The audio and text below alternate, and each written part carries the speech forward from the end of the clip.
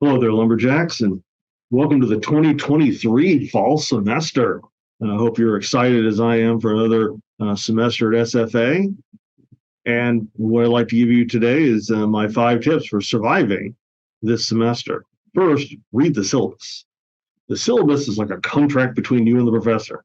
All of their expectations are in there. All your due dates should be in there. Read the syllabus. I know we keep adding stuff to it, and the syllabus keeps getting longer and longer and longer. To be honest with you, that's not by our choice. We keep getting told, put this in your syllabus, put this in your syllabus.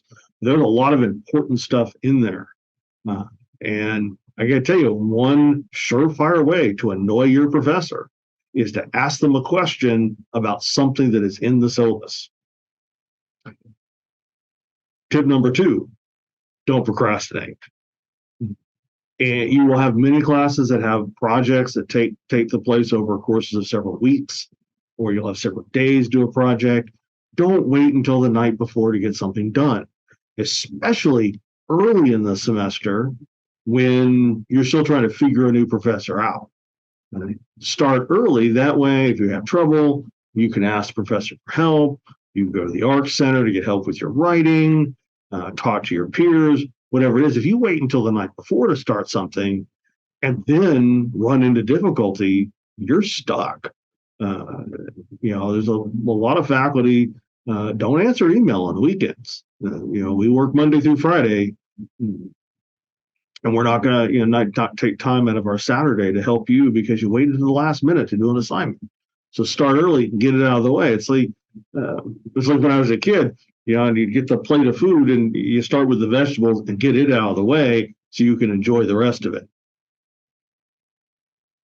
Tip number 3, office hours. Every one of your professors has at least 5 hours a week set aside for students. We call them office hours. And that time is for you, the student. It's part of what you pay for when you pay tuition. Make use of it. Get to know your professors. I had a student last semester, super memorable to me, because walked in the office and he said, "Hey, sir, I know you got a lot of students and I want to make sure you know who I am." And so he just came to the office hours, sat down, introduced himself, told me some stuff about him. And so, that student stood out in my mind. And that's important because as you get closer to the end of graduation, you may want your professors to write you letters of recommendation, for graduate school, law school, jobs, or whatever. And we can't write those letters of recommendation if we stare at your name in an email or stare at your face and go, "Who are you again?" Because you haven't done anything to stand out. The other reason you go to office hours, not just to get to know your professors so that they'll know you for things like letters of recommendation, but to get help with your classes. Right? If you're struggling, if you're not sure about something, there's no good reason not to go and talk to your professor. That's what we're here for. That's part of our job. And so, hey, make us do our job and come ask for help. I know in my classes, the students that are most successful are the ones that are in my office regularly. And so, be that student. Come see your professors, ask for help. It's one of the major keys to success. 4th key to success is time management. Organize your time well. Plan it out. Make yourself a little calendar, or use like the calendar function in Outlook or some other email program. I think Google's got a calendar too.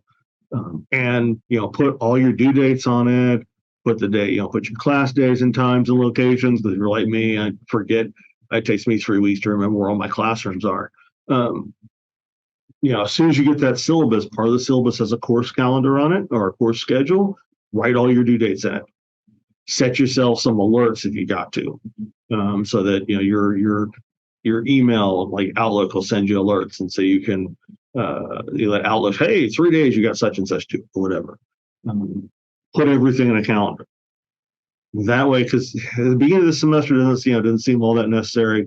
You get about the midway point, midterms, you get towards the end of the semester, and all of those papers and assignments start just snowballing, and all these due dates just start piling up on you.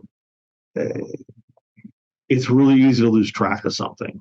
But if you got it in a calendar, particularly one like an electronic one that sends you reminders, that's going to help you be successful and get things done on time. Tip number 5 is related to time management, and it's about taking time to recharge your batteries. In the book, 7 Habits for Highly Effective People, I don't remember what the first 6 habits are, to be honest with you. I read it like 20 years ago, but the 7th habit's always stuck with me. The 7th habit is sharpen the saw. Maybe I remember it because, lumberjack, sawmill, all that sort of thing. But to me, that's one of the most important of the 7 habits. And sharpen the saw is about taking time to recharge your batteries. School can be stressful. College for me was a long time ago, but I seem to remember it being stressful and draining. And you're taking a lot of classes. You've got core class. You might have work. You might have student organizations. You might have fraternity, sorority. You've got a lot of stuff just bearing down on you when you're a college student. And it saps your energy and it makes you tired sometimes, or saps all your motivation. And you get to the end of the semester when all the big projects are due and you don't have any energy or motivation for that. One of the ways that you protect yourself from that kind of drain, student fatigue at the end of the semester is pick one day a week. I like Sundays, but pick one day a week. No matter what day it is, probably should be on a weekend though. You don't want to do this during the week when you have classes. But pick one day of the week where you don't do anything. You don't do any schoolwork, and you find something that recharges your battery. For everybody, it's different. Some people it's playing video games. Some people it's taking walks, or working out, or going to the pool, or shooting pool, listening to music, reading books, binge watching your favorite, whatever it is that you do for enjoyment. Take one day a week and just do those things. Put all the schoolwork to the time. Now, this requires you to go back to tip 4 and manage your time well so that every week you've got that day to recharge your batteries. And it's I don't know, for me, it was a tough habit to get into. Especially if you're one of these, what they call type A personality, which could do always on the run. It's really hard to take a day out to just relax. But I promise you, you need it. You will be much more successful if you manage your time in a way that allows you to have a day for R&R, rest and relaxation. It'll make everything else go smoother, and it will protect your mental health. Speaking of mental health as an SFA student, please remember that if the stress and whatnot of being a college student this semester gets to you, remember we have numerous resources on campus to protect the mental health of our students. Every one of your classes in the syllabus should have, or is supposed to have, all sorts of contact information for mental health resources available to you as a student.